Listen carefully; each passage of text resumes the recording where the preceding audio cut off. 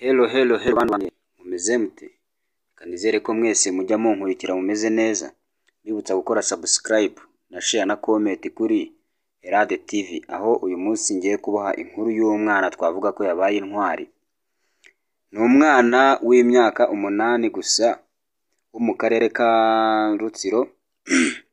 Umwana rwose watoraguye igikapu cya ba mukerarugendo kirimo za kamera, kirimo n'amafaranga, akagishyikiriza polisi. Umwana rwose wabaye intwari. Ndakeka kuri wowe nkurikiye aza kuba ari wowe ushobora kuba wari kugira gutya rwose ugahita ugipusika ahantu ukakibika.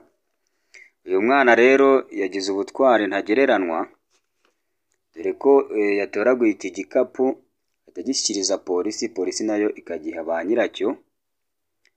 Uyu mwana abantu bamye bamugaruka kuko ni inkuru yamye igenda izenguruka ku binyamakuru bigiye bitandukanye. Abantu bagiye bamugarukaho bavuga ati uyu mwana rwose no gushimirwa.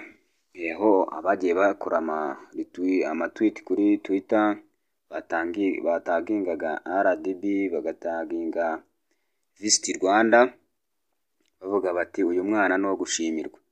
Kandi koko nanjye niko mbibona, kuko uyu mwana akwiye gushimirwa rwose. Yabaye intwari, yagaragaje isura nziza y'igihugu cy'u Rwanda. Ubu ni ubutwari bukomeye cyane. Mu by'ukuri yagaragaje u Rwanda nk'igihugu cyiza. Ubu ngubu yaba ari muri bya bihugu bindi ari guhita akijyana ahantu, maze ubundi amadolari akajya avunguraho pole gake gake. Inkuru rero yari iyo, kugira ngo mwese mukore subscribe, share na comment, maze tujye tubana buri munsi. Ciao ciao.